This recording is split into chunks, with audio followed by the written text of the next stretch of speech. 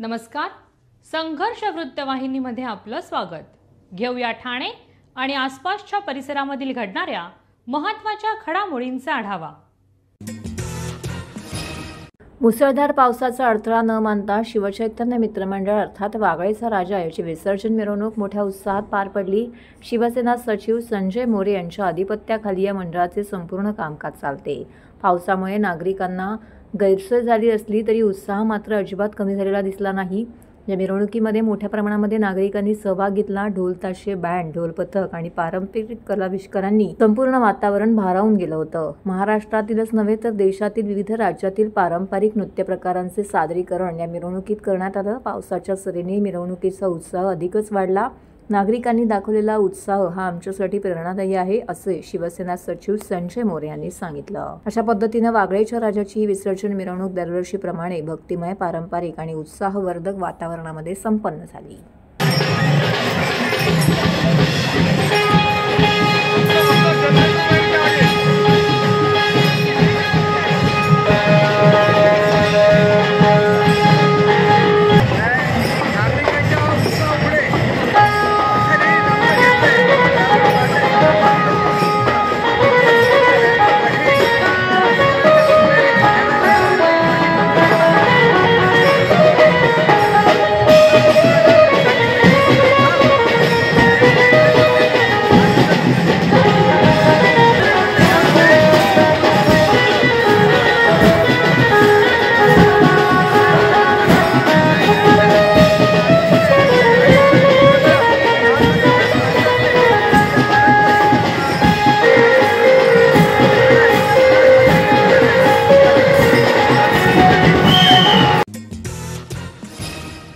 सर्व नागरिकांना आवाहन करण्यात येत आहे की सध्या डासांमार्फत पसरणाऱ्या डेंग्यू या आजाराचा प्रसार रोखण्यासाठी प्रत्येकाने पुढील प्रमाणे कार्यवाही करावी. डेंग्यू आजार एडिस इजिप्ती हा डास चावल्याने होतो. या डासांची पैदास साचलेल्या किंवा साचवलेल्या स्वच्छ पाण्यामध्ये होते.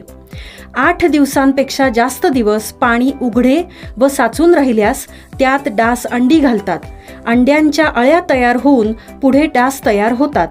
यासाठी आपल्या घरातील पाणीसाठे उदाहरणार्थ बॅरल्स, पिंपे, टाक्या, हौद, रांजणे इत्यादी दर आठवड्याला रिकामे करून घासून पुसून कोरडे करून पुन्हा भरावे. 1 दिवस कोरडा दिवस म्हणून पाळावा. पाणी साठ्यांना घट्ट झाकणे बसवावीत किंवा जुनी साडी, चादर, धोतर यांनी बांधून झाकून ठेवावीत, म्हणजे डास त्यात जाऊन अंडी घालणार नाहीत. घराच्या गच्चीवर, आजूबाजूला, अंगणात कोठेही पाणी साचू देऊ नये. भंगार सामान उघड्यावर टाकू नये. उदाहरणार्थ टायर्स, प्लास्टिक सामान, कुंड्या, टाकाऊ वस्तू इत्यादी. अशा सामानात पावसाचे पाणी साठून त्यात डेंग्यूच्या डासांची पैदास होते. घरातील कूलर्स, फ्रीजच्या पाठीमागील ट्रे हे देखील वेळोवेळी कोरडे करावेत. लक्षात ठेवा, नुसत्या फवारणीने डास घनता कमी होत नाही, तर त्यासाठी डास पैदास ठिकाणे नष्ट करणे ही आपल्या सर्वांची जबाबदारी आहे. कोणताही ताप अंगावर न काढता जवळच्या शासकीय रुग्णालयात मोफत औषधोपचार घ्या. अशा प्रकारे नागरिकांनी सहकार्य केल्यास डेंग्यूचा प्रसार रोखणे सहज शक्य आहे.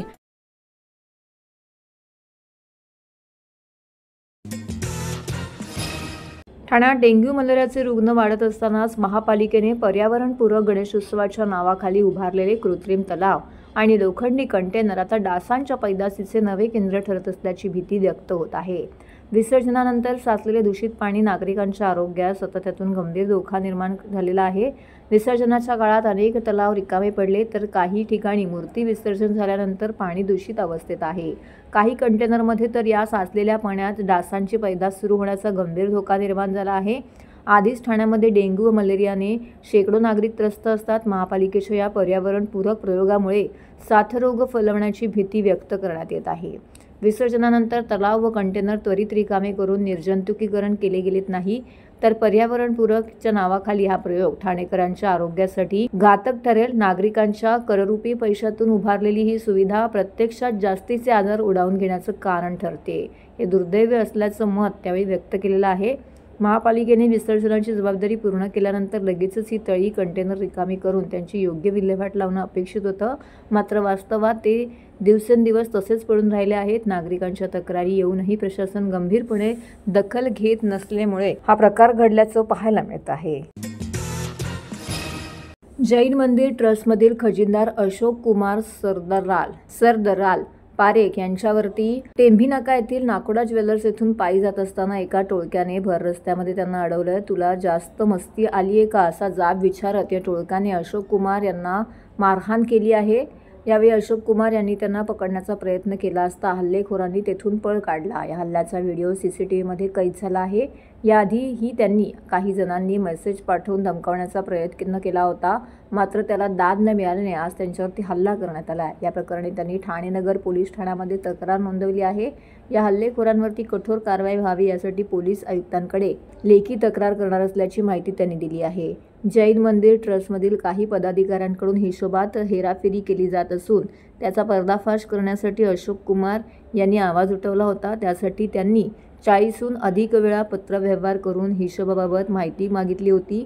यावरून त्यांचे ट्रस्टमधील काही जणांसोबत वादही सुरू होते. त्यामुळे ट्रस्टमधील एखाद्या पदाधिकाऱ्याच्या सांगण्यावरून हा हल्ला झाला असावा असा अंदाज अशोक कुमार यांनी वर्तवला है. मेरा नाम अशोक कुमार सरदार पारेख।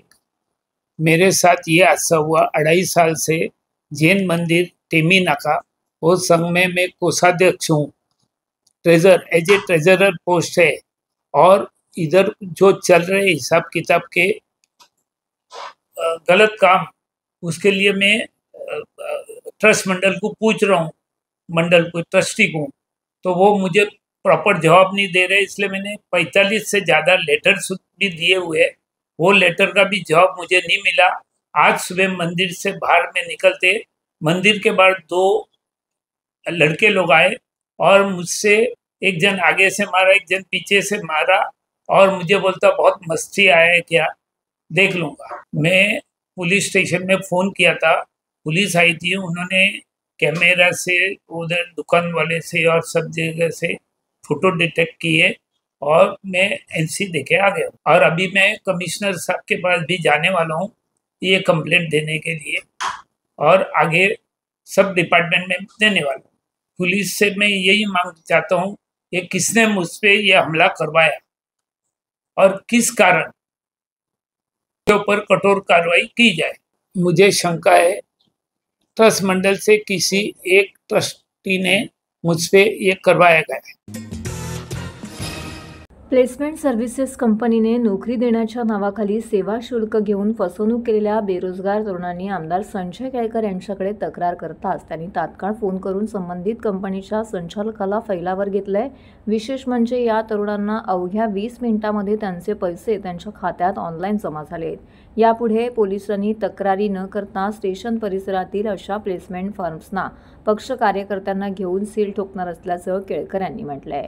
भाजपाच्या खोपट येथील कार्यालयात झालेल्या जनसेवकाचा जनसंवाद या उपक्रमात फसगत झालेले बेरोजगार तरुणांनी आमदार संजय केळकर यांची भेट घेत आपली व्यथा मांडली आहे। यावेळी ठाणे रेल्वे स्थानक परिसरातील शिवप्रेरणा एका प्लेसमेंट सर्व्हिस कंपनीने सेवा शुल्क घेऊन नोकरीही दिली नाही आणि मागणी केल्यानंतर सेवा शुल्क परत केलं नाही अशी तक्रार या तरुणांनी केल्यानंतर केळकर यांनी तात्काळ संबंधित फर्मच्या संचालकांना फोन लावून फैलावर घेतलं। त्यानंतर 20 मिनिटांमध्ये या तरुणाच्या बँक खात्यामध्ये ऑनलाईन पैसे जमा झाले।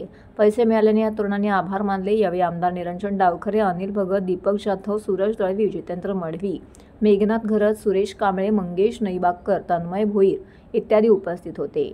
स्टेशन परिसरात आणि इतर ठिकाणी अनेक प्लेसमेंट फर्म्स असून तरुणांना रोजगार देण्याच्या नावाखाली आर्थिक फसवणूक होत असते। यात फसवणूक झालेल्या अनेक तरुणांना आम्ही त्यांचे पैसे परत मिळवून दिले आहेत, पण तरुणांनी देखील पैसे भरण्याआधी चौकशी करावी असं आवाहन केळकर यांनी केलं आहे। निरनिराळ्या समस्या तर आहेतच, काही खात्यामधल्या अधिकाऱ्यांच्या पण तक्रारी आहेत। आत्ता तर माझ्याकडे तक्रार आली की ते तलाठी पैसे मागितल्याशिवाय कामच करणार नाही म्हणून डायरेक्ट सांगते आणि माझ्याकडे त्यांनी रेकॉर्डिंग पण वाजून दाखवलं। पण आत्ता महत्त्वाच्या म्हणजे हे प्लेसमेंटचा इतका उच्छाद झालेला आहे। प्लेसमेंट जी निरनिराळ्या ठिकाणी छोटी छोटी ऑफिसेस ठाण्यात झाली आहेत त्यांनी धुडगूस घातलेला आहे। अनेक तरुण मुलं जी आहेत की जी शिकलेली आहे, ग्रॅज्युएट आहेत, मॅनेजमेंट आहे, BTech आहे, MTech आहे, तर ते या ऑनलाईनच्या माध्यमातून ते याला बळी पडतात, त्यांना पैसे देतात आणि त्यांचं काम होत नाही आणि लाखो रुपये जे आहेत त्याची लुटमार ह्या प्लेसमेंटच्या ऑफिसमधून केली जाते. आमचा भारतीय जनता युवा मोर्चा आहे, आमचा सूरज दळवी त्याचा अध्यक्ष आहे.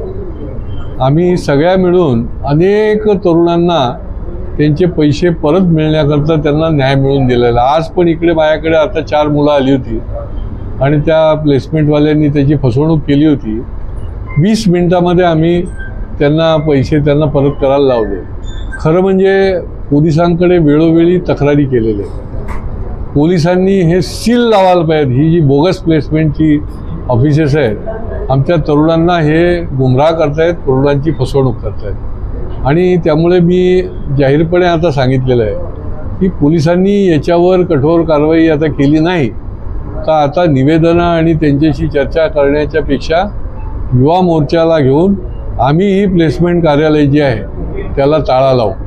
कारण की रोज अनेक तरुण जे आहेत ते बिचारे हवालदिल होऊन या ठिकाणी आमच्याकडे येत आहेत. त्यामुळे पोलिसांनी त्यांचं कर्तव्य बजावं. तशीच बेईमानी कशी वाढलेली आहे, लोक कष्टकऱ्याकडनं कामं करून घेतात.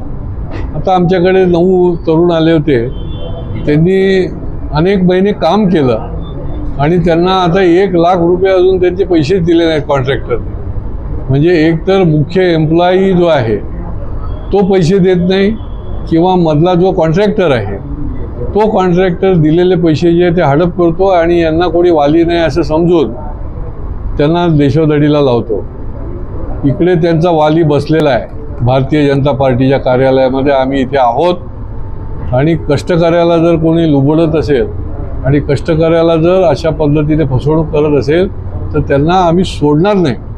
त्यांनी त्यांचे पैसे दिले पाहिजेत. तर त्या दृष्टीने देखील आम्ही त्यांना कडक इशारा दिलेला आहे. मला वाटतं या पुढच्या 2-3 दिवसामध्ये त्यांना त्यांचे हक्काचे कष्टाचे पैसे जे आहेत ते निश्चितपणे मिळतील. असे निरनिराळे फसवणुकीचेही प्रकार जे आहेत ते देखील या आपल्या जनसंवादाच्या कार्यक्रमाच्या निमित्ताने सोमवार आणि बुधवार येत असतं. मुंब्र्याला तर महापालिकेने अजब काम केलेलं आहे. त्या ठिकाणी सकल हिंदू समाजाच्या लोकांनी आमच्याकडे निवेदनं दिली, आम्हा दोघंही आमदारांकडे दिली की तिथं मूर्तीच भंग करून टाकली. त्या ठिकाणी बजरंगबलीची जी चांगली मूर्ती होती ती मूर्ती हलवण्याच्या नादामध्ये ती दुभंगलेली आहे आणि हे सगळा हिंदू सकल समाज जो आहे, सकल हिंदू हा संतप्त आहे आणि त्यांनी मोर्चाची धमकी दिलेली आहे. महापालिकेला आम्ही सांगितलेलं आहे की तुम्ही वेळीच याची दखल घ्या, नाहीतर हे जे आहे हिंदू समाजाच्या माध्यमातून फार मोठा मोर्चा काढला जाईल आणि त्याच्या आधीच आपण याची दखल घ्यावी. निवा प्रभाग समिती क्षेत्रात अनधिकृतपणे बांधण्यात येत असलेल्या 5 इमारतींवरती ठाणे महानगरपालिकेने सोमवारी कारवाई केली आहे. या अर्धव्याप्त व्यावसायिक व निवासी इमारती रिक्त करून त्या पूर्णपणे जमीनदोस्त करण्यात आल्या आहेत. माननीय उच्च न्यायालयाने दिलेल्या निर्देशानुसार दिवा प्रभाग समिती क्षेत्रातील BR नगर येथील 2 इमारती, सद्गुरुनगर येथील 2 इमारती आणि दिवा शीळ रोड येथील 1 इमारत अशा एकूण 5 इमारतींवरती पोकलेन मशीनच्या सहाय्याने कारवाई करण्यात आली आहे. या 5ही इमारती तळअधिक 1 मजल्याच्या होत्या. महापालिका आयुक्त सौरभ राव यांनी यापूर्वी स्पष्ट केल्याप्रमाणे महापालिकेने अनधिकृत बांधकामांवरील कारवाई पुन्हा सुरू करण्यात आल्या आहेत. निवासी तसेच व्यावसायिक स्वरूपाच्या अनधिकृत बांधकामांवरील कारवाई नियमित सुरू राहणार आहे. सोमवारी दिवा प्रभाग समिती क्षेत्रात झालेल्या कारवाई प्रसंगी उपायुक्त मनीष जोशी, उपायुक्त शंकर पाटोळे, उपायुक्त सचिन सांगळे, सहाय्यक आयुक्त शिवप्रसाद नागरगोजे, सहाय्यक आयुक्त गणेश चौधरी, सहाय्यक आयुक्त ललिता जाधव, सहाय्यक आयुक्त बाळू पिचड उपस्थित होते. अतिक्रमण विभाग आणि प्रभाग समिती येथील कर्मचाऱ्यांनी ही कारवाई केली आहे. दिवा शहरातील आपला दवाखाना हा ठाणे महानगरपालिकेमार्फत चालवण्यात येणारा महत्त्वाचा आरोग्य सेवा उपक्रम कोणतीही पूर्वसूचना न देता बंद करण्यात आला असून या निर्णयामुळे दिव्यातील 5 लाखांहून अधिक नागरिकांच्या आरोग्य हक्कावरती गदा आली आहे. याआधीच फिरता दवाखाना बंद करून नागरिकांना आरोग्य सेवेपासून वंचित करण्यात आलं होतं. आता आपला दवाखानाही बंद करून महापालिकेने स्वतः दिलेल्या लिखित आश्वासनांचे उल्लंघन केलं आहे. आरोग्य ही घटना प्रदत्त मूलभूत हक्कांपैकी एक असून राज्यघटनेच्या कलम 21 अंतर्गत जीवनाचा व आरोग्याचा हक्क अबाधित आहे. तसेच महाराष्ट्र सार्वजनिक आरोग्य अधिनियम 1949 आणि महाराष्ट्र नगरपालिकेचा कायदा यानुसार महानगरपालिकेवरती नागरिकांना किमान आरोग्य सेवा पुरवण्याची वैधानिक जबाबदारी आहे. दिव्यातील नागरिकांकडून नियमित मालमत्ता कर व स्थानिक कर आकारले जात असून सुद्धा आरोग्य सेवा न पुरवणे हे सार्वजनिक निधीचा दुरुपयोग आणि नागरिकांच्या हक्काचा भंग आहे. दिव्यातील स्थायी दवाखाना आपला दवाखाना अखंडितपणे सुरू ठेवणे, वाढत्या लोकसंख्येच्या दृष्टीने आपत्कालीन सुविधा तसेच अत्यावश्यक वैद्यकीय कर्मचारी उपलब्ध करून देणे ही प्रशासनाची तातडीची जबाबदारी आहे. अन्यथा दिव्यातील नागरिकांना न्याय मिळवण्यासाठी आंदोलनात्मक पावले उचलावी लागतील असा इशारा शिवसेना कल्याण ग्रामीण विधानसभा प्रमुख ॲडव्होकेट रोहिदास मुंडे यांनी दिला आहे. तर हे होतं संघर्ष वृत्तवाहिनीचं आजचं बातमीपत्र. उद्या पुन्हा भेटू याच वेळी याच ठिकाणी ताज्या घडामोडींसह. तोपर्यंत नमस्कार.